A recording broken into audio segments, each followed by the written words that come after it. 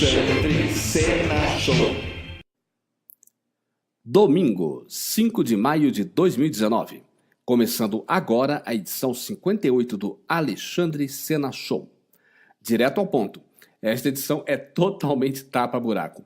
Não tinha planejado nada para esse programa, hoje vai ser tudo na força e na raça. Você ouve um áudio improvisado em que eu comento sobre a crise da Venezuela, as questões aí do Ministério da Educação, com cortes de verba das universidades, e falo até da mega sena acumulada. Olá. Tô aqui fazendo uma gravação muito na cara de pau, muito em cima da hora, porque eu realmente estava sem saber o que falar nesse podcast. Aquela gravação, tipo assim, vamos ligar o gravador aqui e ver o que sai da telha e tal, porque realmente esse podcast ia ser sobre nada.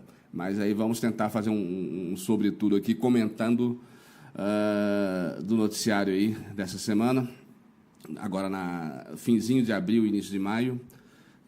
Certamente o que chamou muito a atenção aí do noticiário, vocês devem ter acompanhado aí pela televisão, é a questão lá da Venezuela, né, com o Juan Guaidó tentando derrubar de qualquer forma o governo do Nicolás Maduro. A situação na Venezuela, que já era calamitosa, se agravou ainda mais, né, com essa situação aí criada pelo Juan Guaidó.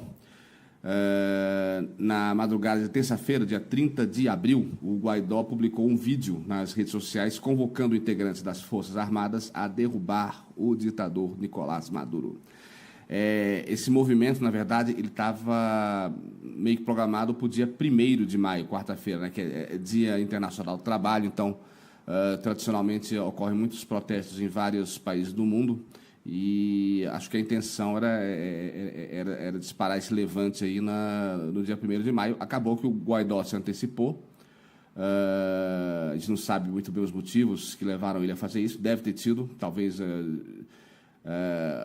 a inteligência do Maduro já tivesse detectado que esse levante estaria em processo, né? Esse movimento de derrubada. Dizem também que os Estados Unidos também estavam de olho, a União Soviética é ótimo, a Rússia, né? Também de olho aí nos movimentos e já com informações privilegiadas, antecipadas dos próximos acontecimentos, tanto da parte do Guaidó quanto da parte do Maduro.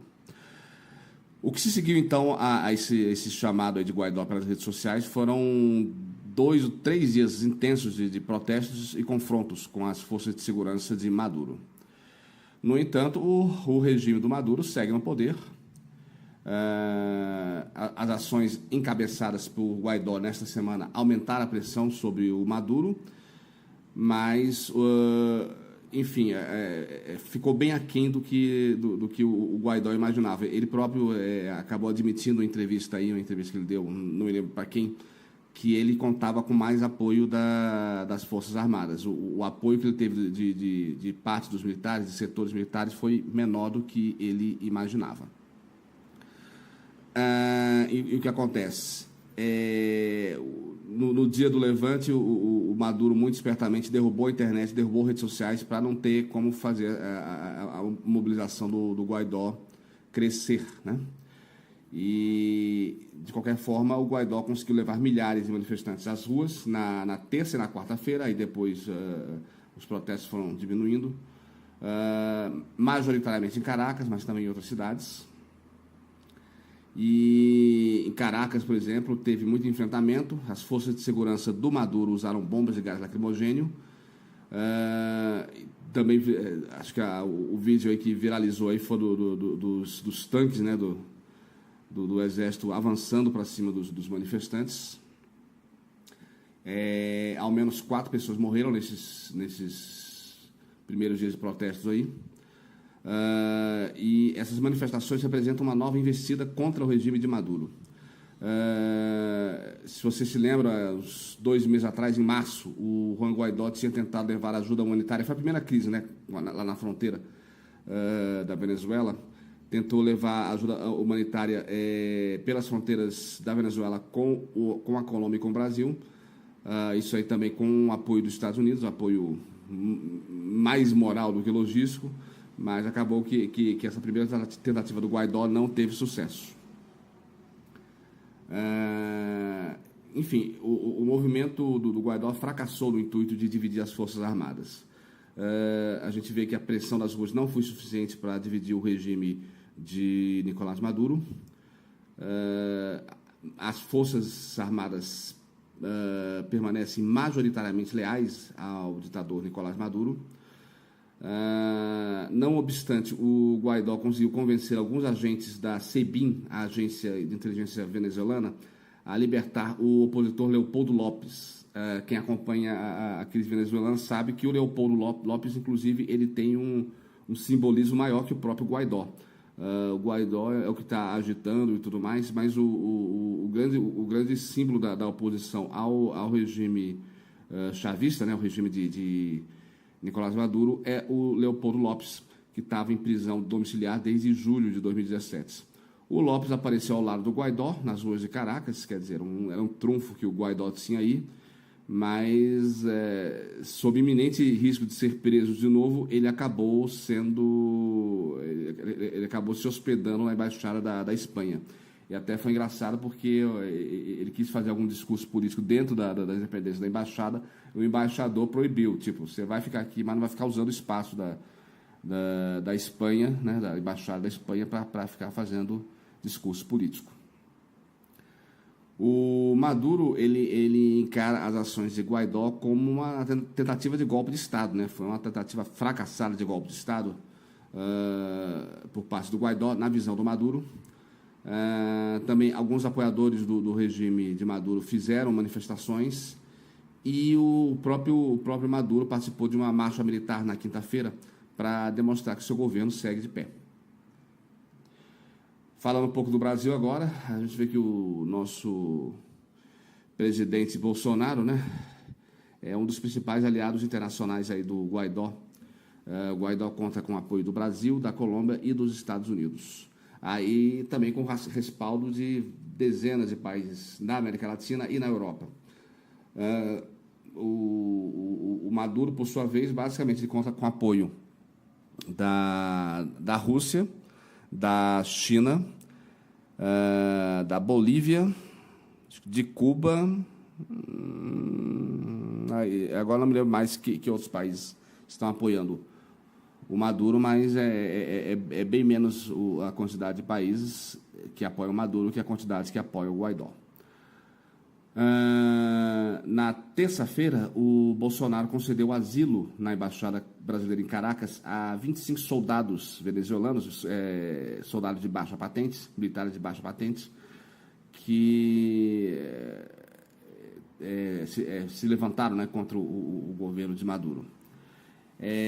O governo do Brasil não descarta o envio de tropas em uma intervenção militar na Venezuela, uma eventual intervenção militar na Venezuela. Isso aí é palco de uma série de discussões. A ala militar do governo mais moderada, no que se inclui o vice-presidente Hamilton Mourão e o general Augusto Heleno, né, da Gabinete de Segurança Institucional, e mais o ministro do Exército, cujo nome esqueci, Fernando alguma coisa, esqueci o nome dele, mas, enfim, essa ala militar está sendo mais cautelosa. Quem está incensando o Bolsonaro a adotar uma medida mais dura, né, uma intervenção militar, a entrada do Exército Brasileiro em território venezuelano, são aos filhos, né, primeiramente, sempre dando péssimos conselhos aí para o pai, se é que ele precisa de péssimos conselhos, e mais o pessoal ligado ao ideólogo Olavo de Carvalho, que é de extrema-direita e que quer ver o circo pegando fogo mesmo, né? O próprio chanceler Ernesto Araújo, né, o ministro de Relações Exteriores, ele é dessa ala ligada ao Olavo de Carvalho e ele defende essa intervenção militar. O Bolsonaro acredita que o Guaidó pode gerar mais desgaste ao Maduro, e a queda do Maduro estaria intimamente ligada à retirada do apoio das Forças Armadas venezuelanas. Quer dizer, o Maduro só cai se perder o apoio do exército das Forças Armadas venezuelanas. O cenário na Venezuela é cada vez mais crítico. Existe a possibilidade de guerra civil, além também dessa eventual intervenção militar externa.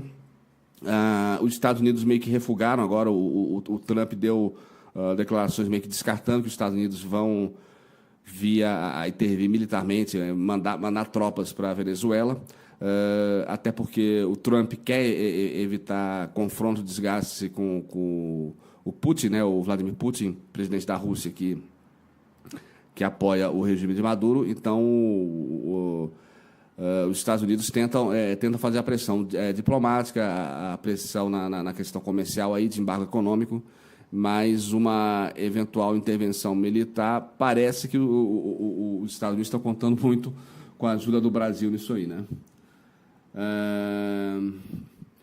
Até agora, nem Maduro, nem Guaidó deram sinais que vão tentar uma negociação, buscar uma solução negociada. E, de qualquer forma, mesmo que o Guaidó fracasse nesse intuito de rachar as Forças Armadas, né, nessa estratégia aí que o Bolsonaro vem defendendo aí de fazer as Forças Armadas cingirem, a oposição venezuelana ainda pode optar por mobilizar civis armados, né, bem como mercenários e grupos paramilitares colombianos. Isso aí é uma situação que realmente é preocupante. O Maduro também conta com milícias, né, que são os coletivos. Enfim, pode ser que seja uma guerra que envolva civis aí, né? Guerrilhas, paramilitares, milícias. Então, realmente, a situação da Venezuela é preocupante, né? A população civil do país sofre com hiperinflação, com desabastecimento de produtos básicos e colapso nos serviços públicos. Enfim, a gente continua acompanhando a situação da Venezuela, mas a tendência é que a coisa piore cada vez mais com o desenrolar do tempo aí, com o passar dos meses. Bom, falei bastante da Venezuela. Agora vou falar aqui dos nossos problemas internos, né? O governo Bolsonaro aí. Eu queria falar especificamente desse novo ministro aí da Educação. Parece que o Bolsonaro trocou o sujo pelo mal lavado, né? Depois de ter saído aquele terrível colombiano Vélez Rodríguez, que não sabia coisa nenhuma de educação. Aí me entra esse Abraão Weintraub, não sei nem o sobrenome dele direito, mas que já botou as asinhas para fora das mangas, né? Já está sabendo mais ou menos como é que vai ser a linha dele, né? A ideologia dele, que é tão reacionária quanto a do Vélez Rodrigues e quanto a do próprio Bolsonaro, né?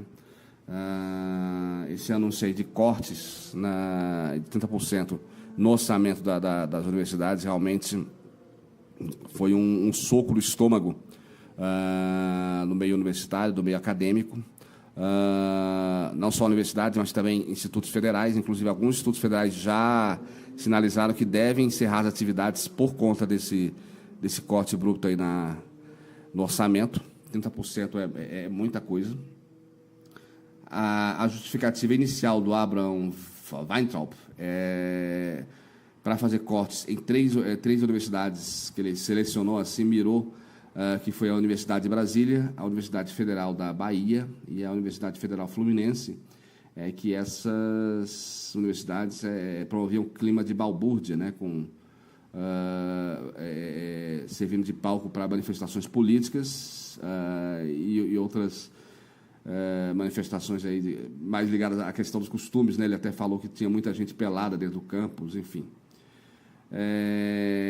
Foi uma fala infeliz, uma fala bastante reducionista e preconceituosa em relação às universidades federais, que são o celeiro de produção, de pesquisa, produção acadêmica, pesquisa e desenvolvimento de soluções que vão servir à sociedade brasileira no futuro, não apenas agora, mas no futuro próximo e mais adiante. Então, é importante que a gente mantenha esse celeiro, né, de produção, de pesquisa.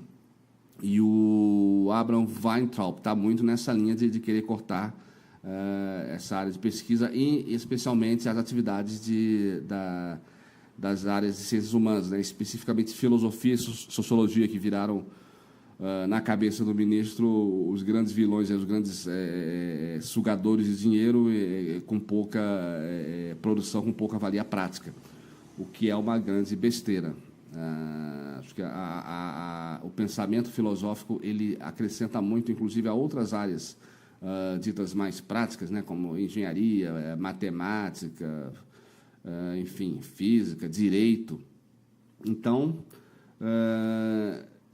esse tipo de declaração, esse tipo de postura do Abraham Weintraub só reflete o quanto que o Ministério da Educação está sendo boicotado, né?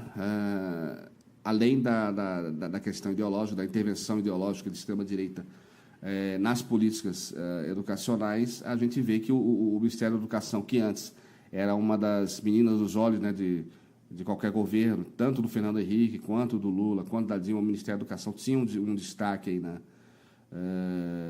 na política nacional, agora virou meio que um saco de pancada, né, uma genie do governo, no sentido de que tudo de pior está sobrando para a educação, o que realmente causa um certo desalento para quem é humanista, né, para quem tem esse pensamento, que sabe que a educação é a base de tudo, né? A educação garante o futuro do país, é com a educação que nós vamos superar muitas crises, inclusive essa crise econômica que o país enfrenta agora. É com pensadores, é com gente que traz soluções criativas, com gente que inova. E tudo isso está sendo jogado para o buraco, né? Está indo para o saco por conta dessa atitude aí do Bolsonaro. Bom, falei muito também do Bolsonaro.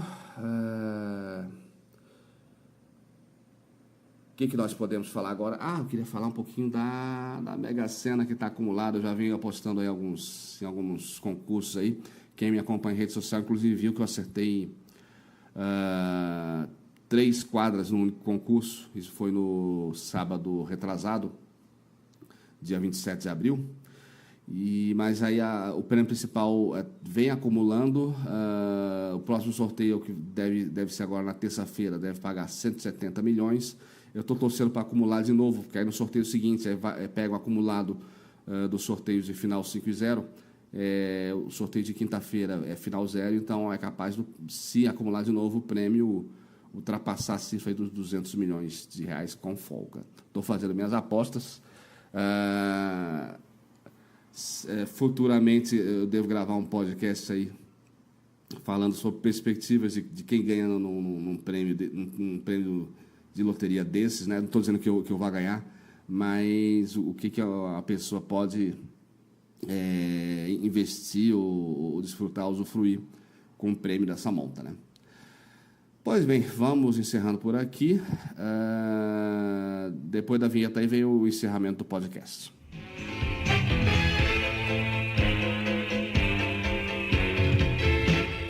Alexandre Sena Show. E vamos terminando esta edição 58 do Alexandre Sena Show. O próximo episódio, número 59, está previsto para ir ao ar no dia 25 de maio. Visite nosso site alexandrecena.jor.br, visite nossa página no Facebook, facebook.com/Alexandre Sena Show, interaja comigo no Twitter, @AlexandreSena ou @AcenaShow. Também no YouTube, você pode conferir uma versão desta edição sem fundo musical. O meu endereço lá é youtube.com/Canal Sena. A todos um forte abraço e até a próxima.